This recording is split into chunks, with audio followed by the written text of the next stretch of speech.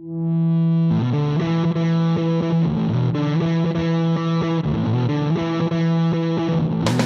and gentlemen, boys and girls, welcome to the episode of Tatami Talk. My name is Juan. This is my partner, Anthony. This is a judo podcast for judo players by two judo players. So, Anthony, I'm not going to ask you how you're doing. I'm going to ask you how you feel being a blue belt finally. We talked about it last episode, but did we? It's still kind of cool. Congratulations, still. I haven't trained since I got the blue belt, other than rolling after class. But yeah, so I don't know. I feel the same.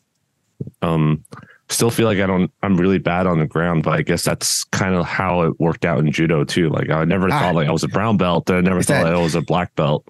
It's that imposter syndrome coming back again. Imposter syndrome. I gotta go back and listen to that last episode. So, yeah, feels different, but I told you the story already, but many months, like I think it was almost last year ago, I ordered a new gi. It was actually the travel gi I was going to use for judo. So I ordered it, but I was short. I did a group order with a friend too, but I was short like $3 for free shipping. So I'm like, man, I've been like a white belt for like 4 years. I might as well like buy a blue belt and get that free shipping. So I bought that blue belt, and obviously it's been sitting there for a year now.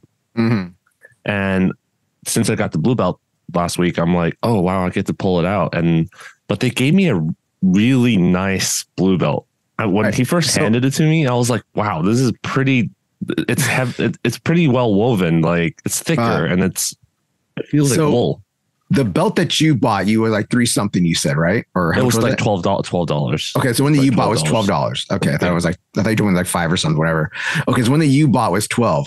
How much was this belt that you got from your academy? It was $20. $20. It was $20. $20 for a blue belt. Holy shit. Yeah. So when I first got it, I'm like, wow, this is a really thick belt. Like I did not expect that. So I went back home and looked it up. I'm like, $20. Now which belt do I wear? I don't even know. But it is that does fit me better. The belt that I got, that I just opened was the same size, but it's longer for some reason. So I think I might have to like shrink it a little bit. So yeah, it's nice to have a spare, and in the past I've had to buy different belts because my weight fluctuates a lot. So maybe this will work out, but it's funny. It's funny you talk about getting your blue belt. There's a little side story now. I had one of our BJJ judo students, mostly they do judo on the side and stuff.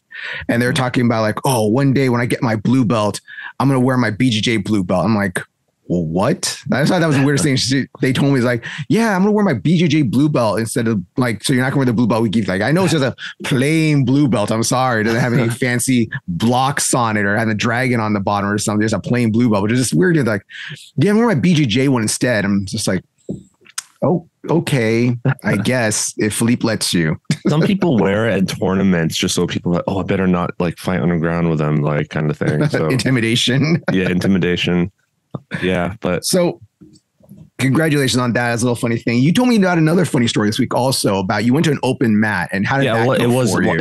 It was actually like before I got the blue belt, but I went to an open mat, and it got me wondering because I've always heard this before. There's all these like etiquette that, I mean, I don't know about BJJ etiquette other than some stuff you see in social media, but I've kind of heard that you have on the mats when it's crowded, you have to make way for higher rank belts. Like if me and a blue belt was rolling and a black belt was rolling next to me, supposedly I heard like you're supposed to move aside for them. Doesn't matter how what do you call it? How much space they're taking up. Yeah, they encroach upon you. Yeah, and we see that in judo too, but we don't really. I haven't seen that happen. Right? Have you seen that? I haven't really seen that. I've never seen someone be like, I joke around that way sometimes. But people know that I'm playing around. I'm like, hey, black belt's right here, move over and stuff. I'll play around, but I won't be like, hey guys, move out the way. We have some brown belts are going to train right here. So like, no, I've joked around like that, but I've never been really move away. Black belts are coming. I did see, like, if you look at the Japan national team training, they wouldn't like, oh, Shohei Ono's over there, let's give him his space. Like, we don't want to fall on top of him. I don't want him to hit me. you don't want to piss him off and then him like go ham on you kind of thing. But I'm just assuming that's how it is. But I didn't know that was it in BJJ. Or at least I knew it was, but I thought it was like something that they don't do anymore. Like it's kind of outdated. Like how the places I've been to don't do the belt whipping thing anymore, for example. When I swear that's always just a weird thing to me that I saw BJJ do that, because the only place I knew or style that did that stuff growing up that I knew about it was Kempo. Was Keiji Kempo, and Kempo would do that. There are the few ones that did it. I went to a few black belt promotions when I was younger for a friend of mine, and yeah, they were doing it. So the whole thing of BJJ bringing it in there, I don't know. I'm not gonna be like they stole it or something, but that they did it as well was seemed weird to me, because that's not a judo thing. That's something that we don't do in judo. So it was really crowded there, right? Well, the other thing is like I've seen this happen is someone denied a roll with me because they had to go with a black belt that asked after me. Like, even though I was like, oh, you want to go? And he's like, yeah. And then a black belt asked him, say, hey, let's go next. And he basically gets a cut in line in front of me. But that's across a lot of martial arts, I think, with the rank system. So I was okay with that. But yeah, in this case, the guy, the instructor was like, everyone go. Like, everyone should be going, not sitting around doing nothing. So I went, and it was me and another guy that's same size as me. And again, I'm 6'4", 200 and something pounds. This guy was like probably 6'4", 300 or something. We were rolling, and then I'm on the ground and he's on top of me. And then I was going to flip him over, but the other group, the black belt, was like right next to me. So I wasn't going to flip him over on that side. And then the white belt was just holding on to life. So I couldn't even scoot back to where we were, but we didn't move. We stayed in our spot. Like, we just like started that spot and we stayed in that spot. Yeah. And the black belt was like rolling towards us, and then to the point where his foot was on my head. And then he was like, oh yeah, we're black belts. You got to make room for it. You got to move over. I'm like, I didn't move at all. Like, I don't know what you're talking about. We started in the same spot. So I don't know what the etiquette is regarding that. Like, do I just like not go next time because it was crowded in the first place anyway? And you know how crowded how small some BJJ clubs are, right? The mat size, and you fit as many people as you can. And as a big guy, it kind of gets annoying sometimes where we're forced to go, and then we just reset like every 10 seconds because we like have no room, basically. So it's like, what kind of role is that where you just like, you do one thing and then you're about to sweep someone or turn someone over, and then you have to stop and reset and go back to the certain spot. So I don't know. Like, obviously this obvious solution is to have a larger mat space, but yeah, I don't know what the etiquette are. If you know what the etiquette is, or if the etiquette at your gym is different, leave a comment, I guess, and let us know. YouTube. Well, yeah, I have seen places when it's like that where it gets really crowded, even at our dojo, because our dojo is like pretty decent size, but when we have a lot of people and get really crowded, where we used to do sometimes our very crowded days would be like, okay, all lightweights go now. Okay, if you're under this kilo, then you go now. Above this kilo, then you guys go. Yeah. But then after a while, when people start getting tired and lazy and stuff, then you just, after a while, it just comes mixed up, and you have to let some people sit out sometimes. You'd be like, all right, well, I have 10 pairs up here right now. I can't fit any more. Okay, you got to sit out. Yeah, so I get the whole thing of, I want everybody going. You're here to practice. Get on the mat. I get that.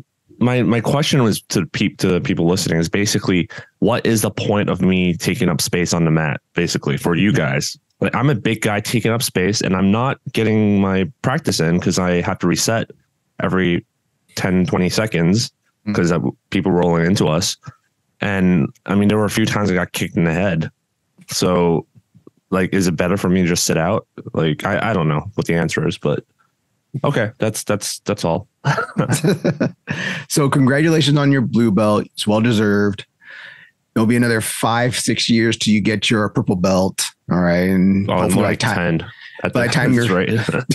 By the time you're 50, you'll get a black belt. I've always said that I care more about, seeing my progress. So I don't care about the belts thing. So it's fine. All right. So we had another interesting kind of viewer question. It wasn't something particular about like techniques where we talk or do stuff. It's talk about why do we post so much stuff about the Bay Area, or why do we post things about the open mat in the Bay, the tournaments happening in the Bay, certain dojo about the Bay.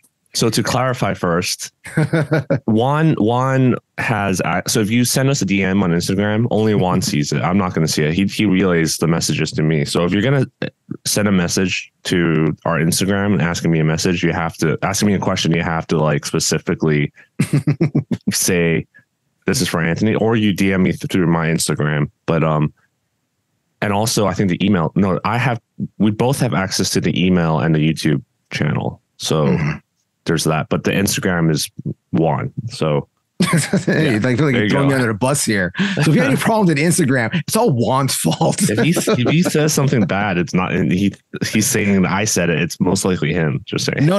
It's like you told me to tell them to say to write down.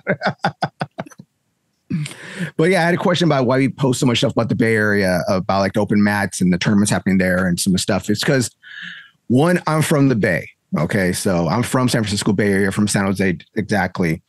So I like to help people. I like to promote stuff from the area. Now, growing up in the Bay, you're trained at like San Jose State, San Jose Buddhist and stuff, and there's a few community center dojos there.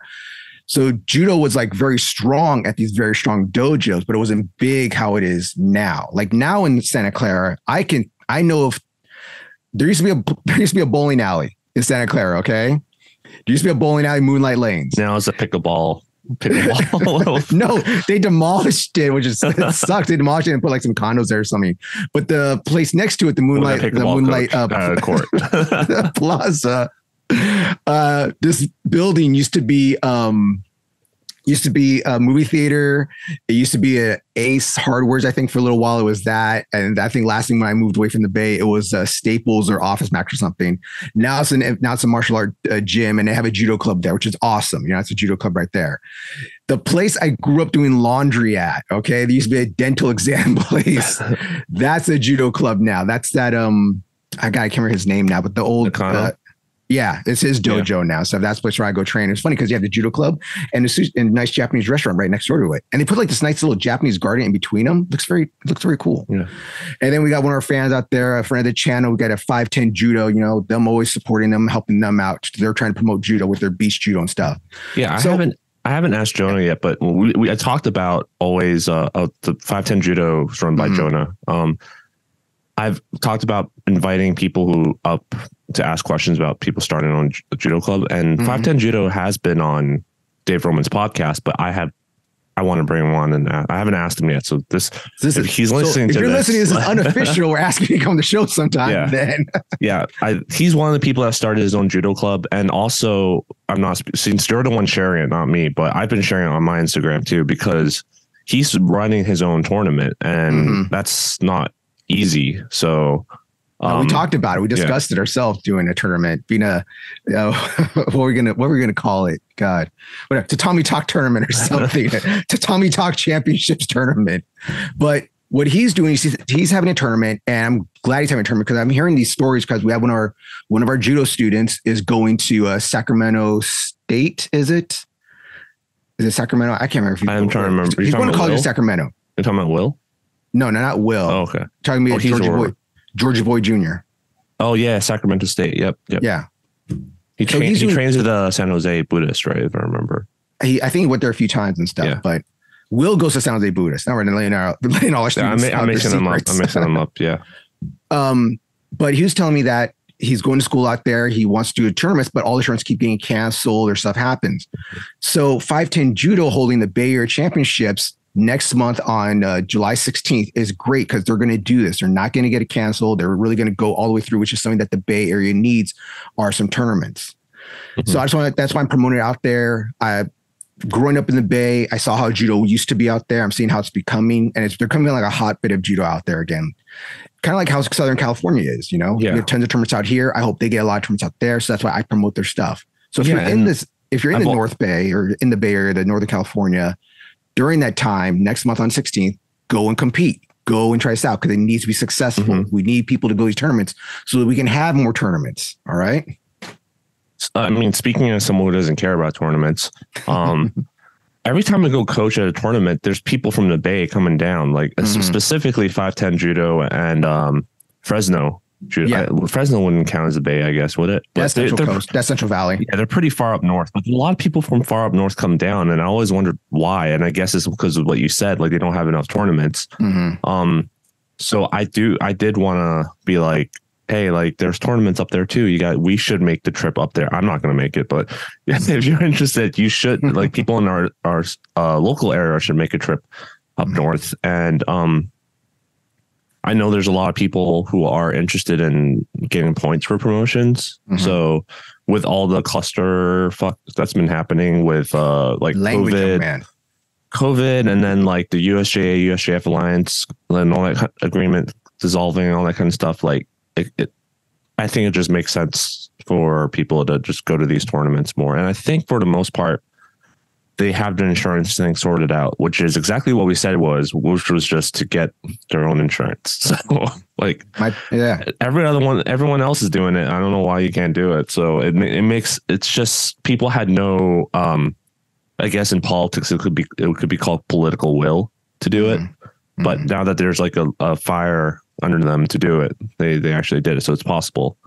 Maybe we can ask Jonah about it too afterwards. Like, what was there any difference to like? I think he got USA Judo sanctioned, but I don't know what the details are to the tournament. But it is next month on the 16th, and if you're from California, you might be like, that sounds familiar. That date sounds like something else. Yes, it is the same day as the California State Games in lovely, beautiful San Diego. So yes, all of us in Southern California are going to San Diego for that. But if you're in the Northern California and stuff, or you're in that area that want to go to that one in the Bay Area, it's going to be great. It's going to be in I had on tip of my tongue. I was just looking at it earlier today, where it's being held at. It's being in Castro Valley. Yep. And just because I remembered it because it popped up on my phone right now. There's also another big tournament coming up in San Jose again. It's going to be the San Jose Open. And that's going to be on October 6th through the 8th. So that's another big Bay Area tournament I'll probably be promoting soon because I support the Bay. I think people just thinking it's being post-shared a lot because we recently have been starting sharing more of that kind of stuff, I feel like. And that's the upcoming tournament. But in the past, we were sharing like Ajax's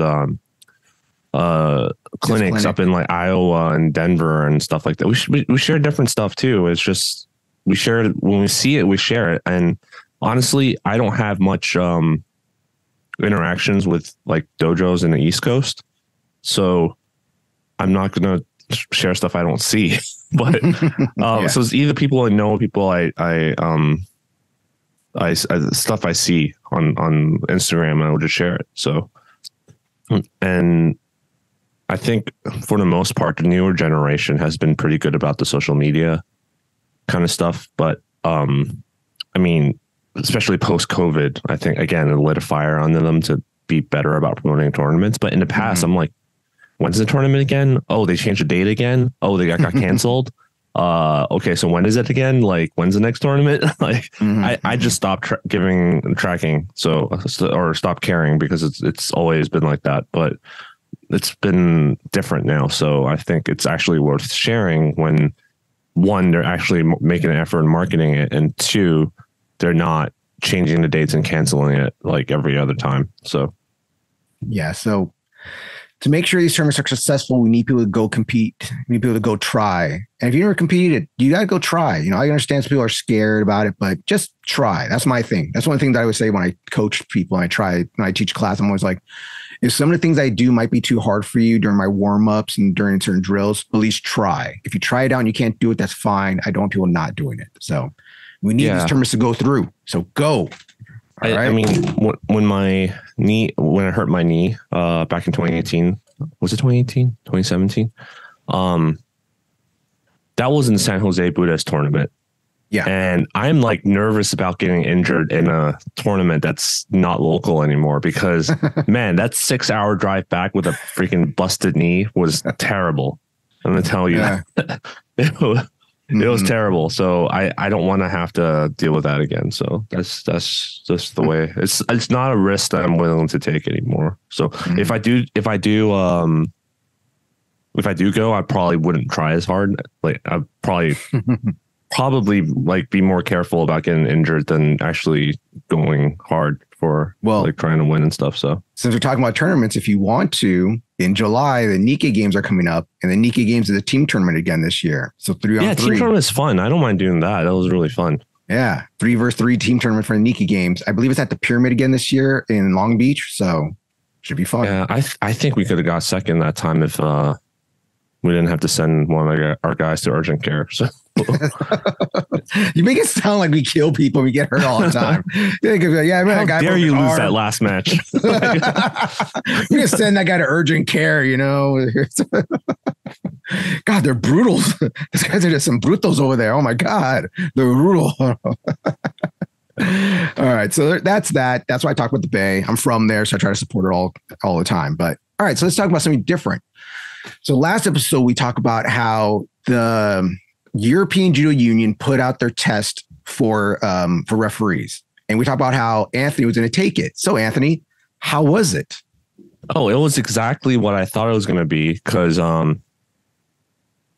first, when I looked at it, it was just like true, false, yes, no questions. But it basically had two types of questions. One that was just like the questions part, like is this true or false, or what happens in this scenario kind of thing. The other part is you watch a video clip of the events of a call, and then you have to say, was this Ippon or Wazari?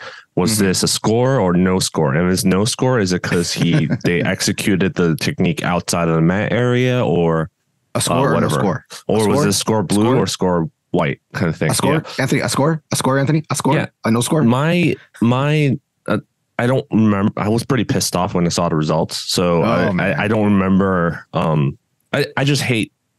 I'm not. I just had a bad experience in school. Let's just put it that way with tests, like getting screwed over. So when I see these kind of questions, I kind of get pissed off, like, you know, the trick questions.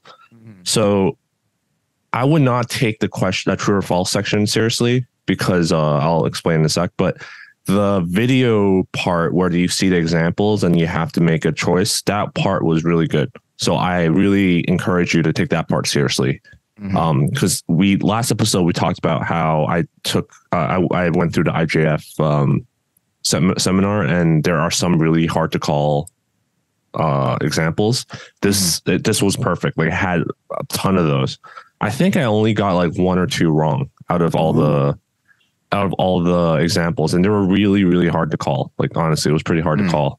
I only got one or two of those wrong, and then I got a few more wrong on the true or false section. And then I personally don't think I was wrong, but of course, I'll use one example. The one example I gave you that I remembered was true or false. Kata sankaku in tachiwaza is hansokumake. And I put false because it's not hansokumake. It's mate and shido. It's only hansokumake if you throw. If you actually try to throw someone in kata sankaku and tachiwaza, then it's hansokumake. So when it just says soto to it, yeah. So when it just says kata sankaku and tachiwaza is hansokumake, true or false. So I got that wrong because it's like they're like, oh yeah, kata sankaku is hansokumake. It's like, no, it's kind of like they asked the question wrong, kind of thing. So I mean, luckily it doesn't count for anything, but the questions there were mostly trick questions that I got wrong. So where I could have argued that I was right, I guess. But maybe the guy who wrote it was French. I don't know. Like, not that English wasn't their first language. But maybe it was Spanish. Yeah. So you just gotta be mindful of. Well, probably should have gave a spoiler alert, right? Because since I just gave away the answer. But well, do you think it's gonna be the same test every time? Or do you think I don't know. Different questions? I was too pissed off to take it again. I'm like, this is stupid. It's like the DMV where you have there's 4 different tests. So if you take at least 5 times, you're gonna get the same one twice.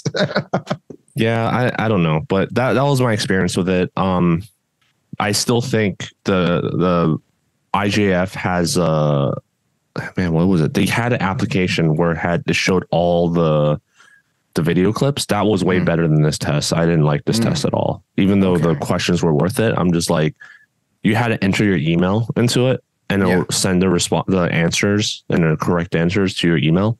I didn't like that part. I liked the IJF one where I just went on a website and clicked it, and then I got to see the answer. Okay. Oh, interesting. Well, it's something to look at, something to try, something to do, see how good your skills are, see if you deserve a patch, get that little pocket patch on you and stuff. So yeah, I encourage people to try it out. I don't know if I'll try it out because I'm lazy. So I don't know if I'll sit. How long did it take you to do this anyways? It was like 15 minutes. Oh, 15 minutes? Oh, I actually might try that. Yeah. If it's only 15 minutes. I thought it would be like a 1 hour, 2 hour test thing. I was like, oh, I hate doing this. No, if you were fast, you could have gone through it faster. But like I said, I really struggled on the wording was really weird. Like I said, some of them I had to read it multiple times. And two, like I said, the videos were hard to call. I had to rewatch it like a few times, the clips. And from they give you a front two angles to look at. So I was watching different angles over and over again. Back and forth. Yeah. So it's not that long. It's just I was really like watching it and they were hard to call. So okay. All right. Well, like I said, very interesting experience. Something for you to look out to. If you want to compare yourself to see like what the refs are looking at, what they're looking for, and what they're getting tested on, try it out. Everyone's what do they call it? An armchair quarterback should be like an armchair ref. Yeah. Everyone wants to say, I could have got that call. I could have saw that. I saw that a mile away. They're screaming at the TV. It's this. It's Shido. It's Shido. So test yourself out. Let's see how you do. Let us know. All right. The other thing we want to talk about, or the next topic was Suzuki opened up his own dojo, right? And he's teaching adults. I wouldn't call it his own dojo. I think it's just his own judo program. Like I'll put the link in the description if I remember. But I was watching what was that judo comedian guy called? He was like the All Japan Championship, but he also has like a comedy channel. I can't remember. Kawabata. So I was watching this channel. And I use it to practice Japanese as I've been telling people. I've been watching Japanese content, especially judo content, to practice my Japanese.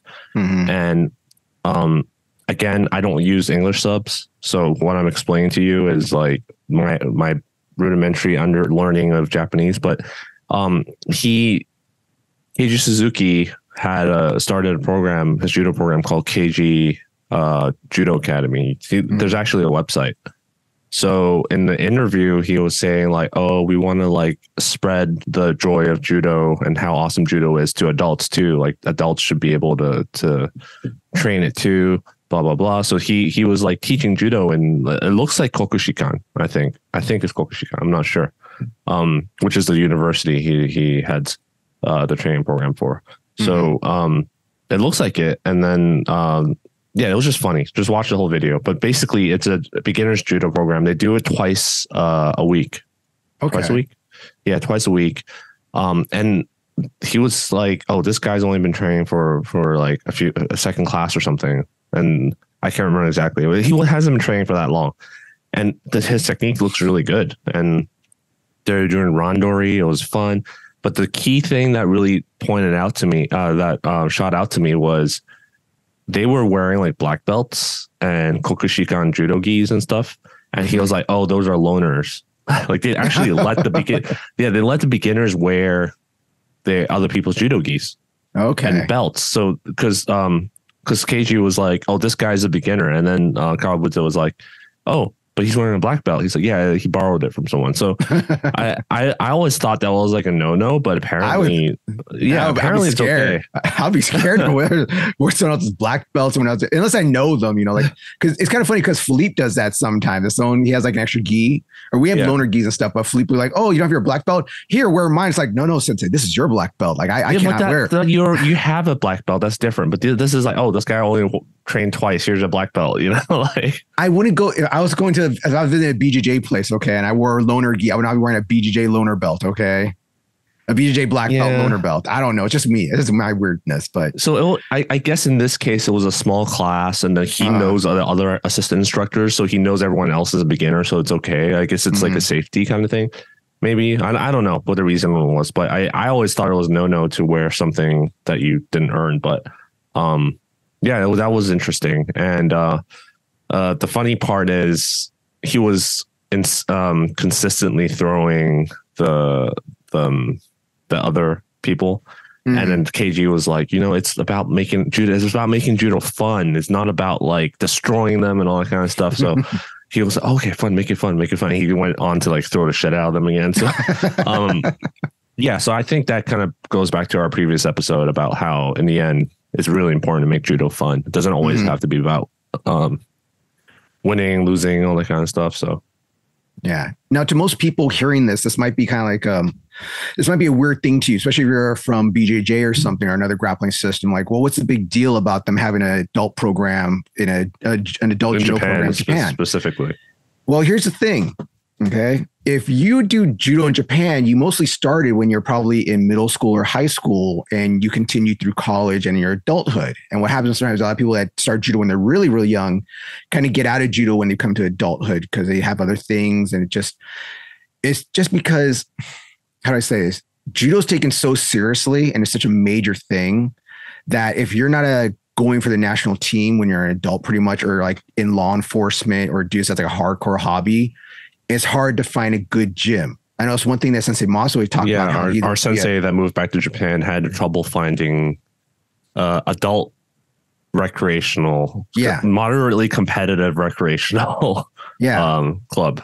Yeah. So it's very hard to find a place like that to train because either you train super recreational where it's like super easy, a bunch of old people hanging out, or it's middle-aged young people going hard at it all of the time trying to kill each other. He lives in Tokyo too. So imagine if you don't live in a big city and I knew people who went to Japan because their spouse is Japanese and they were like going back to their hometown, like in Aomori or something like that. And they're forced to train with the local high school students or elementary school students. Yeah. So and you gotta get a little. I heard also that you get kind of like weirded looked at you like you're an adult, like you're in your 30s. I want to start judo now. What is wrong with you? Get out of here. It's like and so they have a problem in Japan where they're losing people that want to learn grappling. Like they watch MMA or they watch something they saw. They just got interested in grappling, so they want to just do it. But because of the culture and stuff, where you should have learned it when you're a kid, they're getting shunned away from judo, and that's why they're going to BJJ and catch and some sambo clubs out there. And because there it's like, hey, you're an adult, you want to learn BJJ? No problem. Let's all learn, So that's why they're kind of losing people from judo to that. But this adult program, this is really good. It's something that needs to get built more into to keep judo being popular for everyone. Remember, judo for everyone. Yay. Yeah, people don't know, but judo is declining in Japan too, like participation numbers, partly due to the birth rate. But and if you go back and listen to our Japan trip episode where I talked about me and Rich going to train in Japan, we found a dojo in Yokohama that was really recreational for adults. There was a 70-year-old mother. Like this guy was in his 40s and brought his mother to learn judo. So she was just learning how to fall and she was having a time of her life. He took a 20-year break from judo and came back and was going for his Nidan. But those guys only meet once a month. Damn, once a month. They only train once a month. Well, it's because everyone's busy. The Japanese work culture. Everyone's busy, and then also the school they're at that has the spot is only lets them use the space once a month, or I don't know what the thing is, but yeah, it would be nice to have more places like that to train judo. Like now that I know Keiji Suzuki has an academy out there, I want to go. Like I don't care if he's just like teaching beginners. I think that looks fun, right? So doesn't have to be that place that I had food poisoning, but it doesn't have to be that place that Moss, Richard, and Simon went to where there's like blood on the walls and everything. So now that place sounds fun. All right. For you. That place sounds like I would get to use a lot of my little, not dirty, just some fun tricks that I like to do. Try some stuff out. I would totally be doing my thing of like, nande? And then look away and then be like, what's that? Boom, hit them right there. And I'll be like, oh, go in, try to shake their hand and throw them again. This damn American keeps cheating. But yeah, this is really cool that he's adding this adult program. Japan needs more of that. And to us around the world, that seems normal. But in Japan, I bet you same thing, Korea and China is probably a weird thing to them because they train so hard when they're young that when you get older, it's like only the strong survive. They take it super professionally. I mean, even here, I think it's good to have a dedicated adults beginners program. So it's good. Yeah. I mean, our program is great, and I'm totally not biased because I'm the one teaching it. But I like how you put that. Our program is amazing. It's a fantastic, best program out there that I teach. Yep.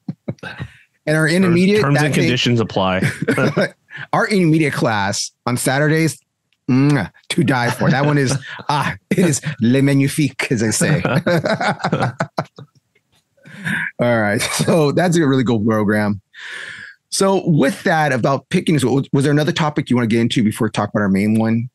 Was there anything else? No. Well, speaking of Japan, before I forget, I thought it was really interesting when I watched BJJ clubs in Japan rolling footage, Japan and Korea. You know how earlier I talked about people rolling into me? Oh, I knew you were bringing the mat thing. You're bringing the mat thing. Yeah, it was like, it's really interesting to have people on the side that would like hold up like a piece of puzzle mat to separate you guys, and or like a piece of like screen door. Like, it's just, I'm like, that is so Japanese and so Korean that they do that there. So polite. See, that's what you should do at your BJJ club. Next time you go, just go out there with a big puzzle mat. See people get close. Like, I'm right here, and it's here to protect you. Because what do we do now? We just step in between people. That's what we do. That's what we do in America. Yeah. Yeah. We just step in between. My legs going to protect you. That's a little funny thing. But okay, so back to what we were going to talk about, our main topic, really final topic of the day, is Anthony brought up a good question. When is it right to change dojos, or how to choose when to leave your dojo if you need to? So Anthony, how did you come up with this question this week? Well, I think someone asked me that, and my first question was to the person that asked me was like, how many dojos do you have near you? Because that's a good question. Yeah, because it's like that's the truth right there. The flow chart is there a different dojo in the area? No. Okay, stay at your own dojo. No, then go back. That's the end of the episode. How far is the next dojo to you? Yeah, so that too, right? So when is it? It's going to be kind of a repeat of what we talked about, but it's more in detail because we talk about this stuff all the time. But I, for example, I said I moved away from Texas where I lived because, one, I wasn't willing to live in. Tell his wife. Tell his wife that. I wasn't willing to live in Dallas or, I guess that whole area. Basically, I wasn't willing to live in those areas that had other judo clubs because there's nothing there. So. I just don't want to live there. And where I lived in Austin, there was only one legit judo club, and there was another one. Well, now there's more. There's another one up north. Again, I don't want to live up there.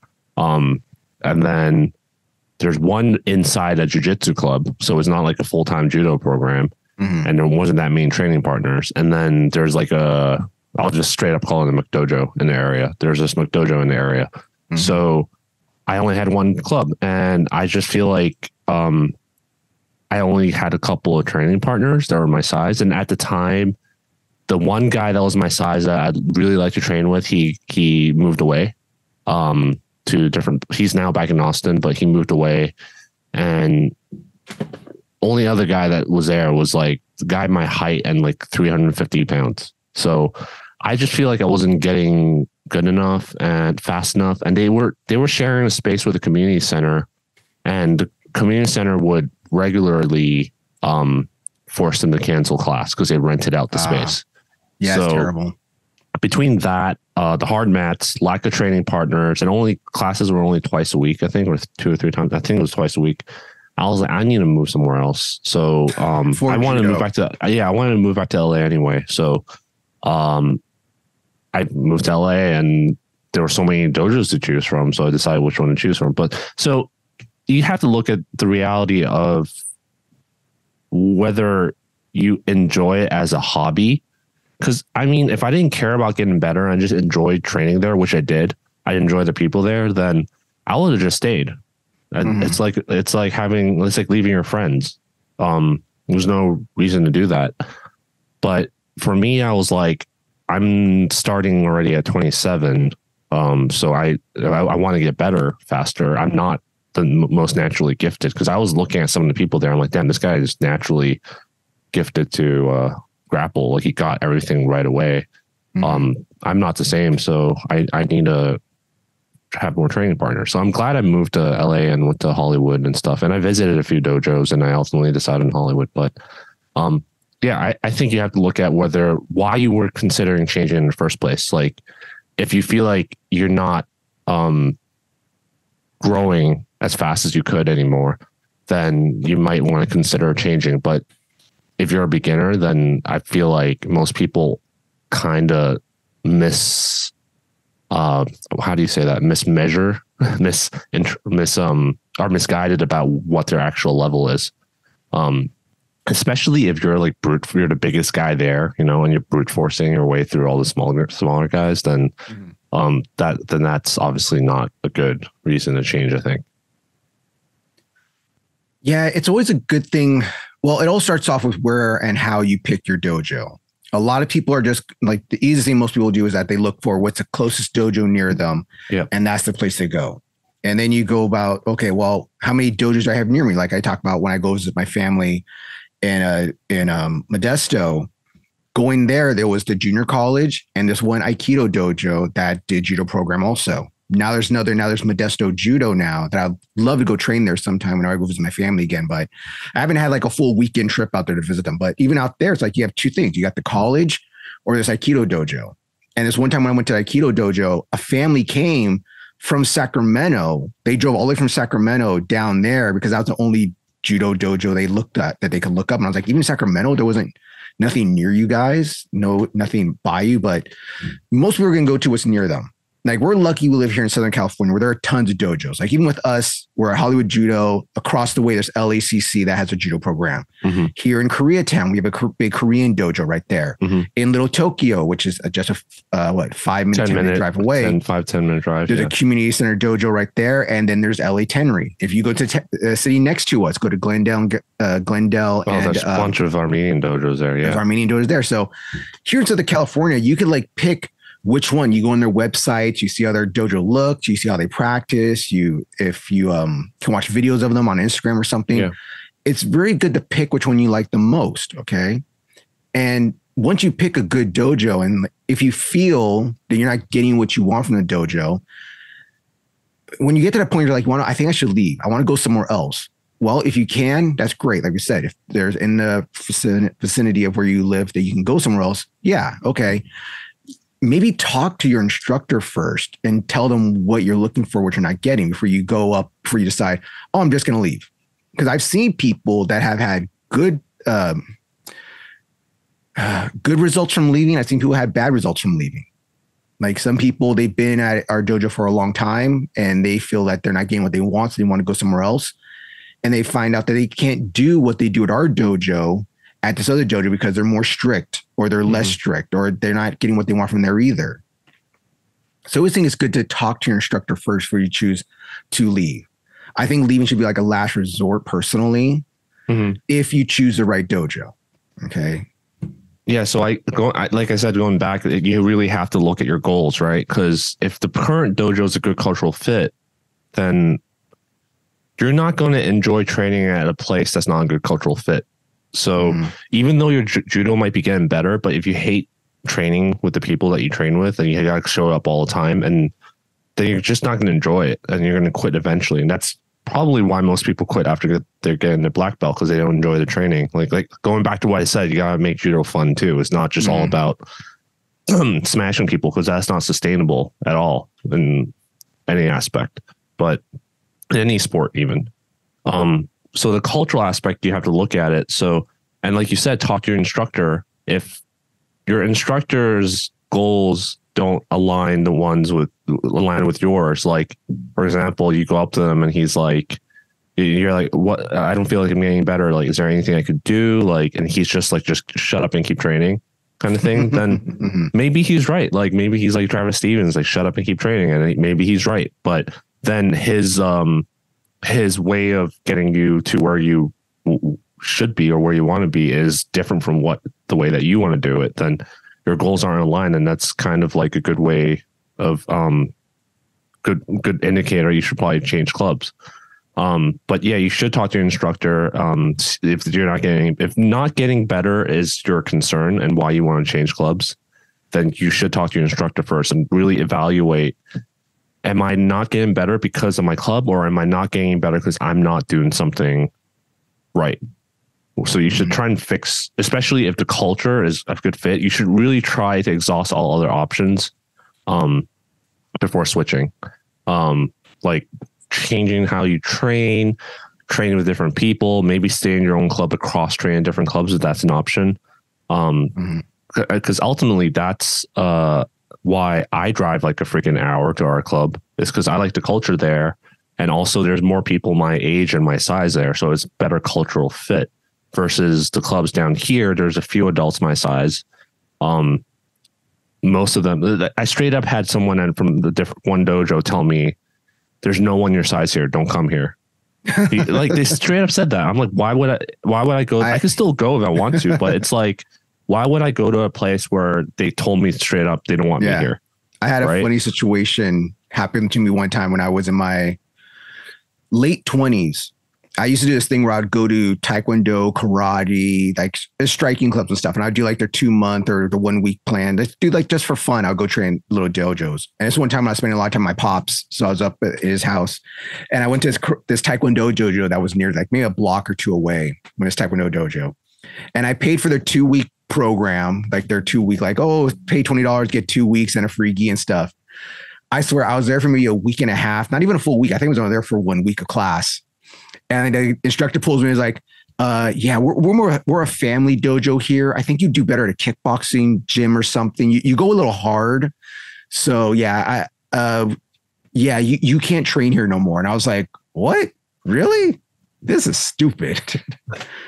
But it was like, yeah, you're going to get that sometimes where they don't want you. They're not comfortable with you being there. And that has happened. That sucks, because if that's the only place you can train at, then you got to find something or somewhere else.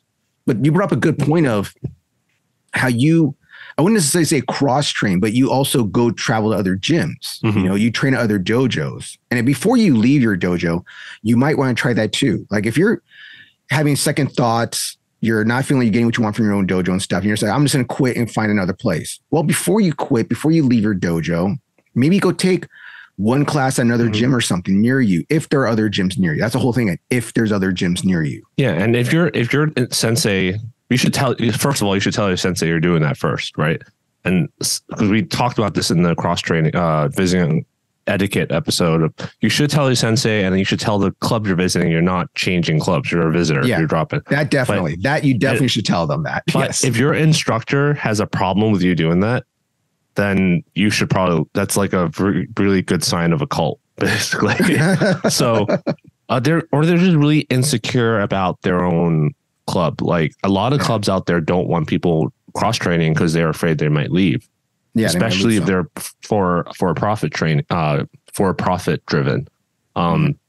So yeah, I mean, definitely tell your instructor if they tell you you shouldn't go there because some bullshit reason. It's different. Like, you probably shouldn't go there because they're going to hurt you or something. That's different, right? But which is funny because I've actually gotten someone tell me that some other club told them that about coming to us, that we're going to hurt them. Yeah, but whatever. But that's clearly because of insecurity, right? So, well, it's a good thing that when you go. Because like I said, again, like we know how popular judo is in some cities. Like talk about back in the Bay, growing up, there was like a handful of dojos. Now there's tons of dojos out there now in South Bay. I'm not sure about San Francisco that much, but South Bay, there's tons of dojos now. Oakland, there seems to be like more dojos popping up there as well. But like I said, when I go with my family in Modesto and stuff, there was only 2 clubs for the most part. Like I said, and there's families coming down from Sacramento to come train. Another big thing that happens before you go leaving a dojo is make sure they are a judo club. Because like Anthony said, there's one club that he went to that was a judo dojo, quote unquote, but it was more of a BJJ place. And I ran into that when I was visiting another cousin of mine in another city, Central Coast also, where I found a gym that said they did judo on Saturdays. And I went there and they were just doing BJJ. And I asked the guy like, oh, I thought there was a judo class today. He's like, oh yeah, we work on throws today. I'm like, oh, so where's the judo instructor? He's like, oh, no, I just teach judo throws.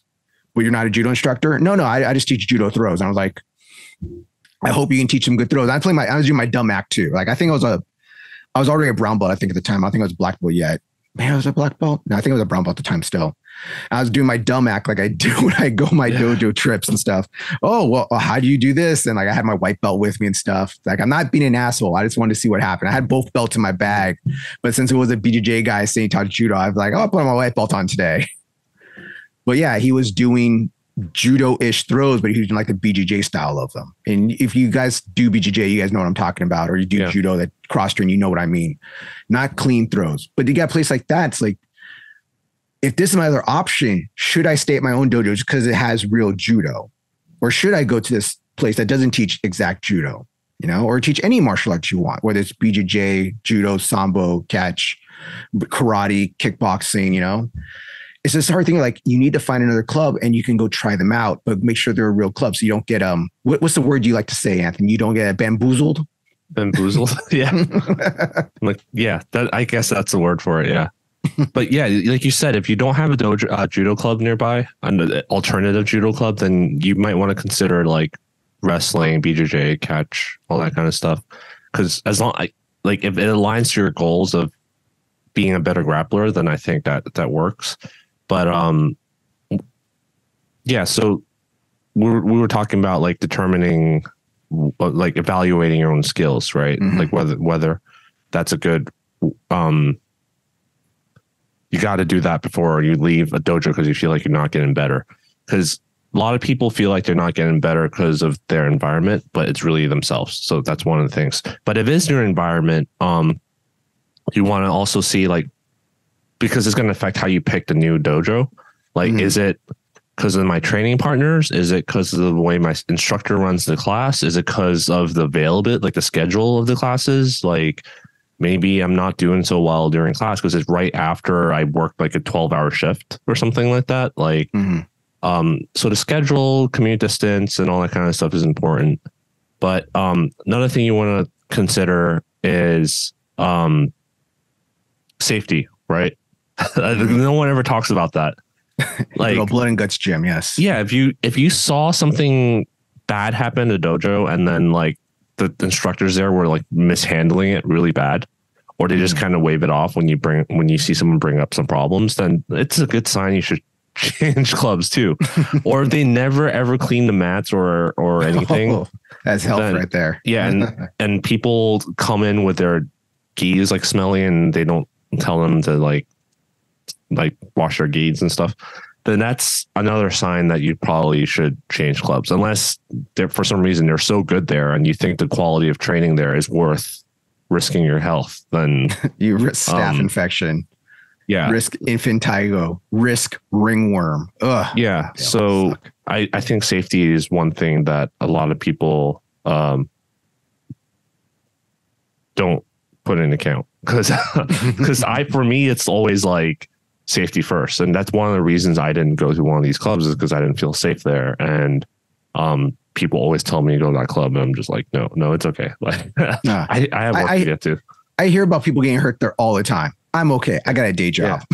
Yeah. So it's what you want it to be. So is there anything you think that people should also look out for before they switch clubs? What's a sign that they should swap clubs? Like, well, to me, it's like, I don't know would be a big sign for you. So like my thing is just, as long as you're not, the only time I've thought about leaving a dojo before, and this was a long time ago about stuff, was I stopped having fun there. You know, I didn't enjoy the people no more. I wasn't feeling like I was getting anything out of it anymore.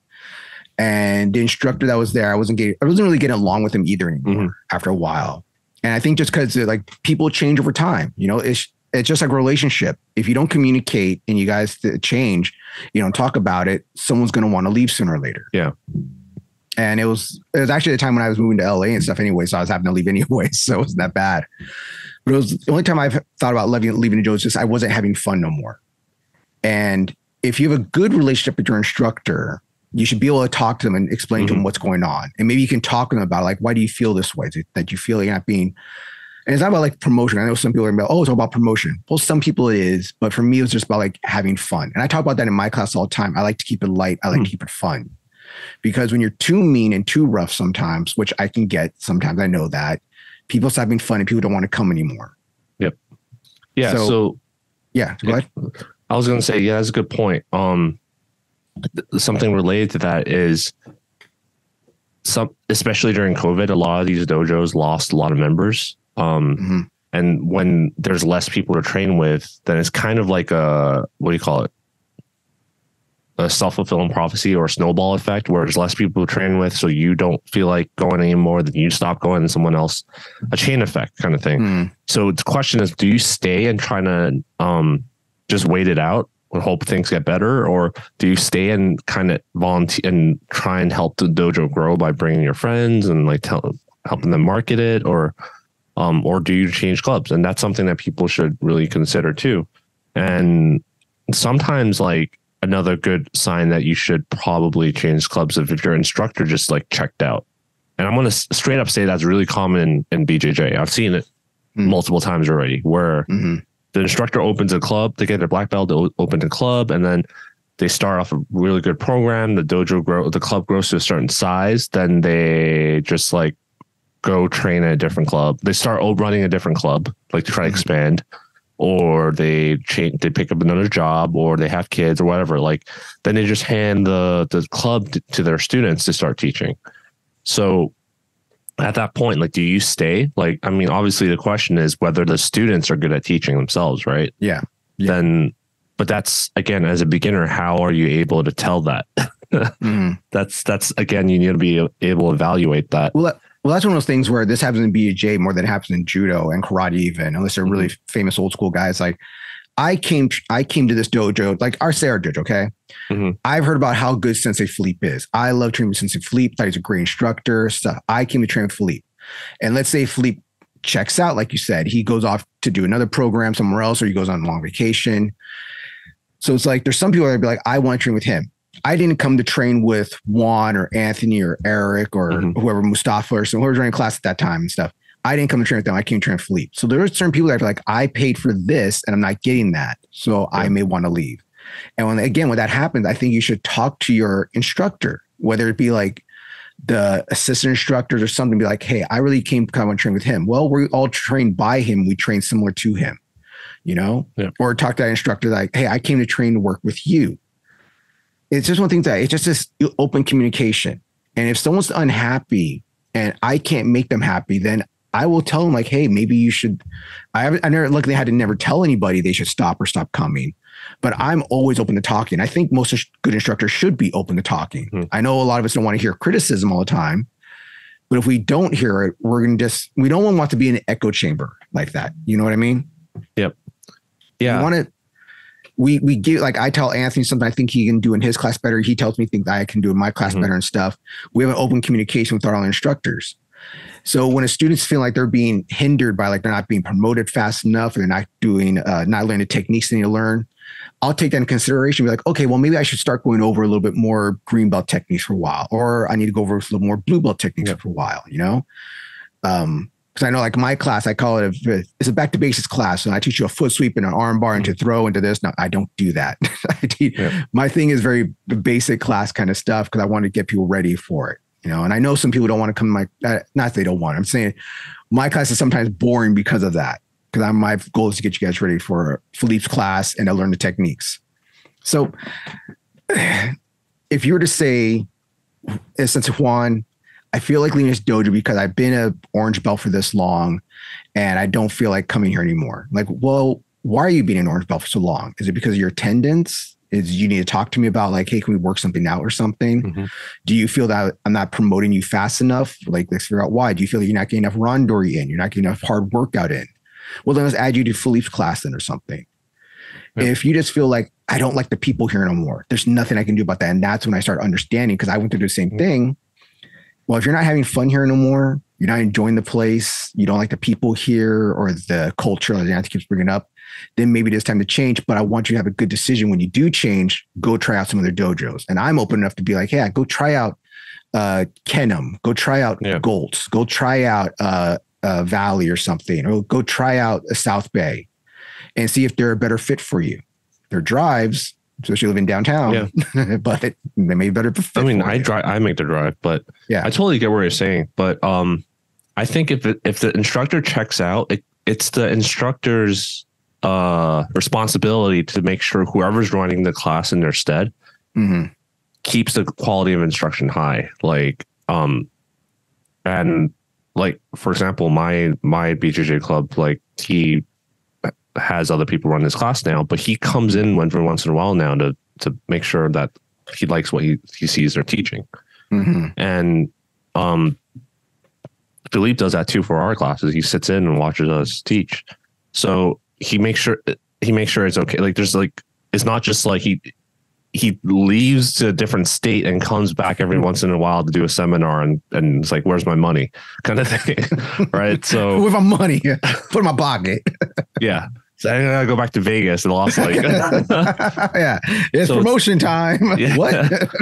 So you gotta make sure that's not the case. And also in terms of promotion, like some BJJ clubs, it's like only the head instructor can do promotions. It's like, well, you gotta make sure there's a pipeline, there's a standard for promotion that the other instructors are able to do promotions for. Mm-hmm. And yeah, I mean, for some people, it's like, well, like you said, I paid money to train under this guy, not this other guy. And it's really, the name is really important to some people, then that's already not aligned to your goals. Yeah. So, but if you're still getting better, then I think there's no problem. So now that we're speaking of like the name, like, I think some people would like the culture, but once they get into like they've done judo for a few years, they're like, I don't know if I want to get a black belt under this person. I know we always talked about Philippe, especially Philippe says like lineage in judo is not a thing, not really a thing. Because it's like, I'm a black belt USA. I'm a USA judo black belt. I'm not like a Philippe black belt or something. But for me personally, I think it matters. At least personally, I don't care about other people. Like if you tell me I got from this guy, I'm not going to like look down on you. I'm just like, a black belt's a black belt. But for me personally, intrinsically, the value to me of I already talked about this in the past episode. Like it represents my judo. Like I got it from this person. It's like getting a gift from a friend where even though like you earn it's not really a gift, but it's like getting a gift from a friend. Who you get it from actually matters. I think it represents the friendship. So for me personally, I would mind, like if I hate the instructor's guts, like why would I stay to get the black belt? And you're laughing, but I actually talked to a few people where they're like, man, I hate training at that club. I'm just going to get my black belt and then leave. See, I don't get that. I don't get that. I know, but I know that happens in the jits. I know that happens in BJJ and stuff sometimes. No, this is I'm talking about judo. Even in judo. See, that stuff's even weirder to me. Like, I don't understand why you'd stay with a dojo or gym if you hate the instructor's guts, if you don't like the way they do stuff. Like when I was picking a dojo in LA, there's a couple dojos I went to. One of the ones that was closer to me and stuff at the time. I did not like the way they were training these teenagers there. And that's why I decided not to go. You know, I could not, even though it's like, even if it was a better name or something. And even with that thing, the lineage in judo, most of us, it's not a big deal. It's like, oh, I'm a USA judo black belt, I'm a USJF dojo black belt, whatever. There is certain things you say, oh, I'm a black belt from this dojo here. You're like, oh, okay, that's a pretty legit black belt. But if they say, oh, yeah, I got my dojo, my black belt at yippity zippity doodah academy, jujitsu or judo academy, a Tiger Trollman's. You're like, oh, you're a brown belt. You're a decent brown belt. There's a specific, there definitely is like certain people where you can see a trend. It's like, oh, their black belts are like this. Yeah. But for the most part, it's not a thing in judo. But like I said, there's no trend to our dojo, obviously, because like we're not super famous or anything. So we're not like bad or good. Like there's not a thing basically. But again, for me, there's a value of getting it under Philippe, like, because I really learned most of my stuff from him, and I really like the way he teaches. And even if he never, let's just say, even if he never taught me anything per se, I just showed up to his classes and he just like watched. I still came up to black belt under his environment that he fostered, that he built. So to me, that's like why I wouldn't like want to get my black belt under anyone else. Versus to some people, it's just like, I think I deserve a black belt, so I'm not getting it here, so I'm going to go somewhere else that gives me a black belt as long as it's a black belt. So that's another sign. We're not going to talk about it since we talked about it before, but that's another, that's another reason that you would change. It's just you'd feel like you're not being evaluated correctly or trained correctly. Then you would just go somewhere else to get your belt. Because your goal is to get a black belt.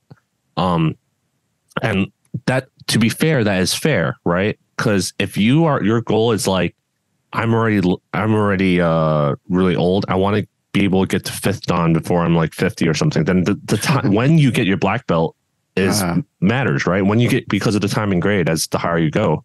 So when you get your shodan matters, and obviously you probably, if that is your goal, you probably want to go to a dojo that gives you your shodan as fast as possible, so you have the longer time and grade, and that's something else to consider.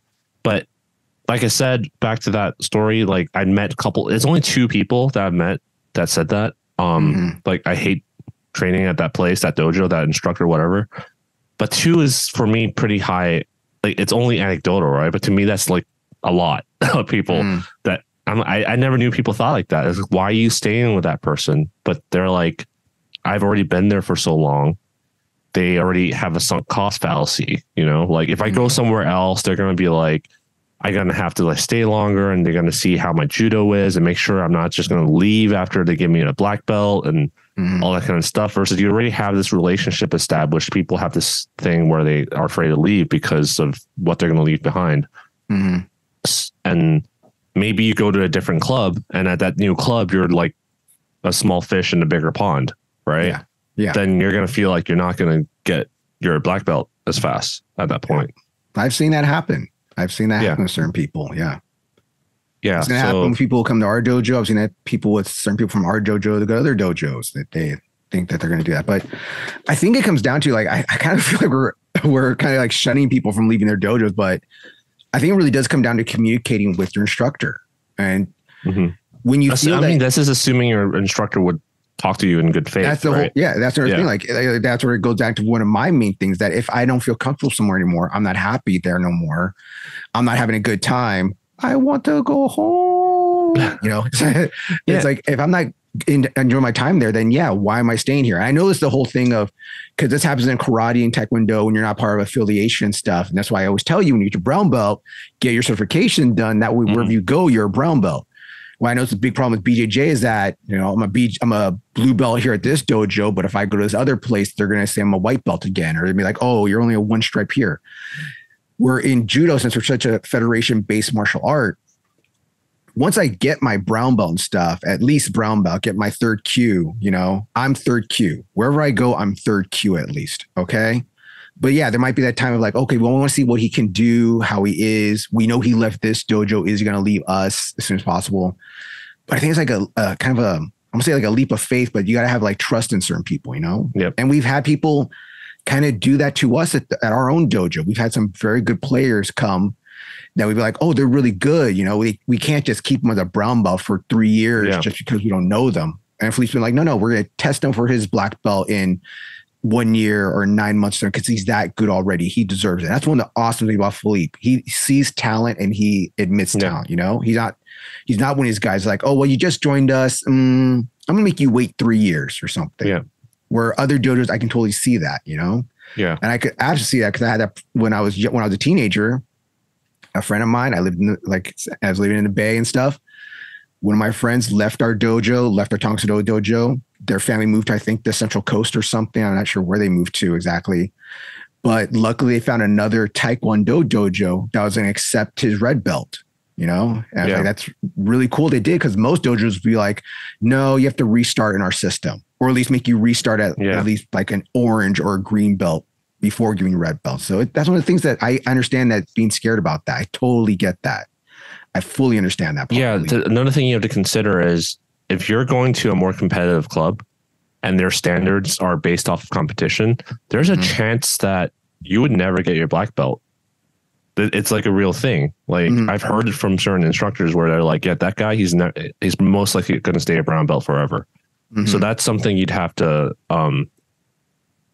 put in account. Maybe not forever, but like a long ass time. Like maybe you're not going to get your black belt for a time. Versus if you go to like a more kata oriented recreational dojo, then they might give it just for time and grade instead of based off of competition results or performance or technical knowledge. Like they might give it to you based off of that, but you gotta be ready to like accept, like back to what I said, like you're like, you got your dojo via this path, and don't like delude yourself that, oh, I'm the same black belt as these guys that came up from like beating everyone in tournaments. Blood and Guts Dojo. Yeah. If I get my black belt at Kato Dojo, it is worth the same as Blood and Guts Dojo. No. on paper, it's the same, right? But yeah. On the mat, we have to defend that black belt. It is not the same. And that's kind of another thing people always think of, that people forget about, you know, because I've seen that happen. Like I said, I've seen that happen before, where people will leave a dojo to get a black belt from somewhere else or something, or get a brown belt from somewhere else. It's like, you remember, you have to defend that black belt when you wear that somewhere else. All right. I'm gonna vent, because I mention especially. Well, here's one thing, especially like, it's one thing if you're in the local area, kind of people know each other a little bit. We know certain dojos, you know, certain players, but when you go on vacation, oh, you better hope that there's not a killer there. Be like, oh, they see that brown belt on you. They see blood red. They see that black belt on you. They see like, oh, I got to beat that guy, you know? Yeah. I want to vent about that one person we're thinking of. I'm actually thinking about 3 different people, because I've been in the game a lot longer than you. Okay. There's one that we both think of, but there's a few others. I got a handful of homies. All right. I don't care that happened, but he lost. Let's just say he was a brown belt for what, 3 months before he got his black belt? The most. Maybe 6 months. Yeah. So he had his brown belt, and then he was unhappy that he thinks he deserves a black belt and he should like skip rank or whatever. Mm-hmm. So he left to somewhere to go get his black belt from someone actually reputable. So let's leave it at that. But he went to a tournament and he lost to a white belt that was that trains BJJ, and one of our guys. He lost to one of our guys. Mm-hmm. So it was a three-man bracket, and he was last basically. Yeah. And then I go on freaking Facebook, and I get suggested this BJJ Fanatics group post, where it's like, this guy's like, oh, I'm a white belt, and I just went to my first judo tournament and I beat the black belt. I was like, oh my God. Like, I was so tempted to be like, I know this guy. He's not a black, I don't want to say he's not a black belt, but to explain the circumstance. But I was like, you know what, it's not worth it. So I didn't say anything, but it really bugged me seeing that. And everyone's like, in the comments, like, oh, this is why judo tournaments are a joke. This is why judo black belts are easy to get. And like, yeah, it was just, whatever. I'll just leave it. That really bugged me. But actually, I remember because you sent me that Reddit thread, and there was another, I don't know if he was a judo guy or a BJJ guy with the Facebook, whatever. Yeah. Sent me the thing, and there was a guy out there that kind of called him out on it, being like, well, I looked at a thing, and the guy that you beat didn't have any affiliation or nothing with his black belt, so I really don't believe he's a black belt. And the guy that beat you looks like he's legit. So even in the thread, someone called him out on it, and then he got mad. I'm gonna go back and look if that's the case. But right. But that was kind of a funny thing. But yeah, it is what it is. But yeah, so if you really feel like you need to leave your dojo, you're not happy, I would say A, talk to your instructor. B, maybe visit and go try out some other dojos, and figure out and evaluate what you want. What is it you're looking for? And if you can't get it at your current dojo, maybe you do have to join another club.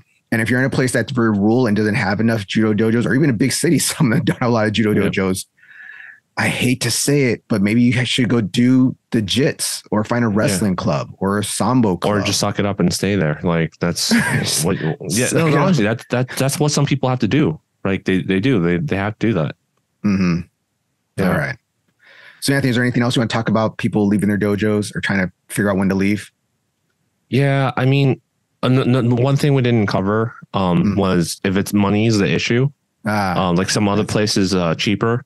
Then maybe again, talk to your instructor. Maybe you can work something out. Tell him like, I can't afford it. Like I can only afford this much, or offer to clean the mats, clean the club before you like show up early and clean up the place, kind of thing. Like work something out. Like don't just like disappear. We've seen people do that before, and not for monetary reasons, because obviously we're pretty damn cheap already. But even though, and this is might be surprised to some people out there, our auto pay, because I was explaining to someone online the other day, our auto pay is $50 a month. Okay. Yeah. If you want to go month to month, we're $60 a month. We're still one of the cheapest dates in town. Our mat fee is only $10, and that's a drop-in fee. So that means you're a visitor, or this is one thing that when I was first moved to LA and I was kind of strapped for cash because I was just getting my feet, just trying to get things together and stuff when I first moved to LA. I like training at Hollywood. And Sensei Gary told me, like, Juan, you haven't been here in a while. Is everything okay? And I told him, well, Sensei, I'm not working a whole lot right now. Bills are piling up, so I can't really come that often. And he said, well, since you can only come like maybe once a month, or not once a month, like once a week at least, how about we do a mat fee you do the mat fee of $10. That way you can at least come once every other week or something. And I think he even cut it down to like maybe a $5 mat fee for me because he wanted me to come. And most instructors, I think, will be understanding if you having financial troubles and stuff. Talk to them and they will help you out with doing a mat fee instead, or doing what Anthony said about like cleaning up the dojo, staying and doing stuff. But if they do that for you, you have to do it. Okay. Yep. You have to help out. You can't be these people that say they're going to help out at the dojo and then never show up because you don't feel like training. Yep. Okay. Can't get free judo and not pay. Yeah. On the other side of things, one of my friends actually did run into some money issues, and they went to tell their BJJ. It was a BJJ club, and it was an expensive BJJ club. I asked how much it would cost. It was like $250 a month or something like that. Man, they do offer like a lot of classes, like morning, afternoon, 6 days a week kind of thing. But when they told the owner, like, I can't afford it, I'm running into some money issues, like, okay, I understand, see you soon.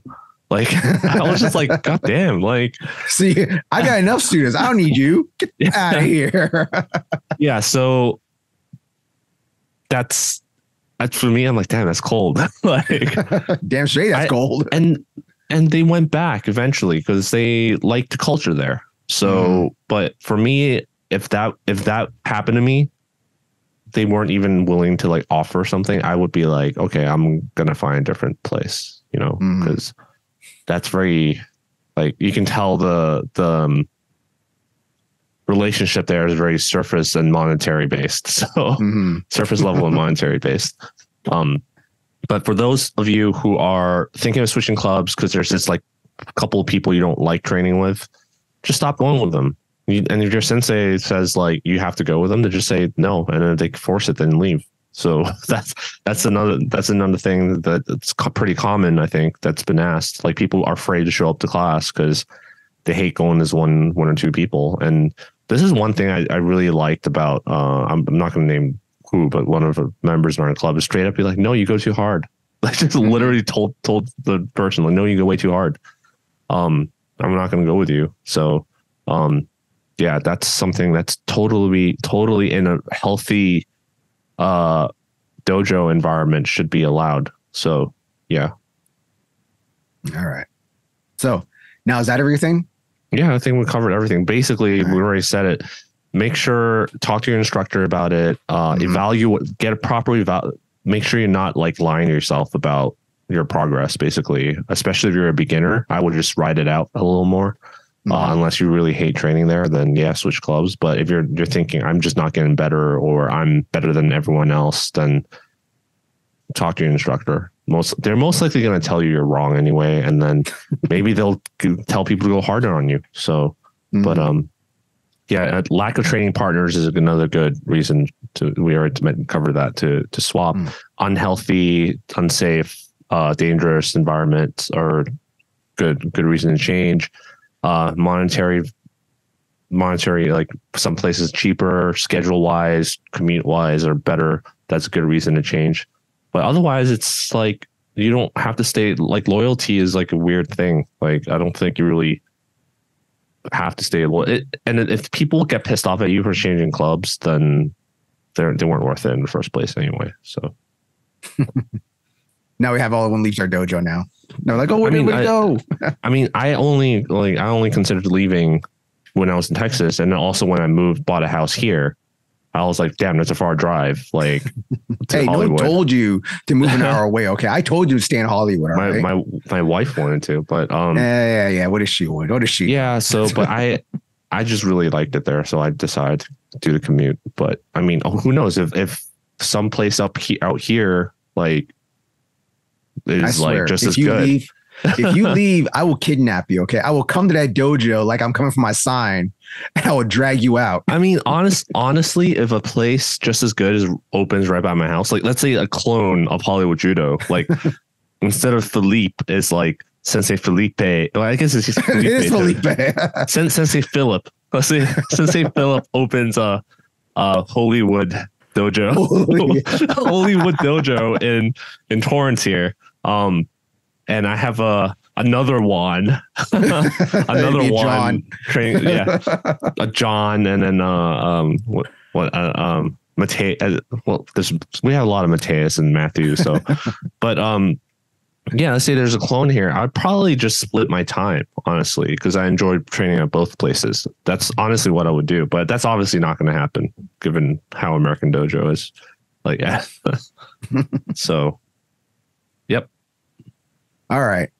So with that, please remember to like, share, and subscribe to our YouTube channel. It is at Tatami Talk. You can follow us on Instagram at Tatami Talk. You can follow me on Instagram at _Juan. You follow Anthony Throws on Instagram.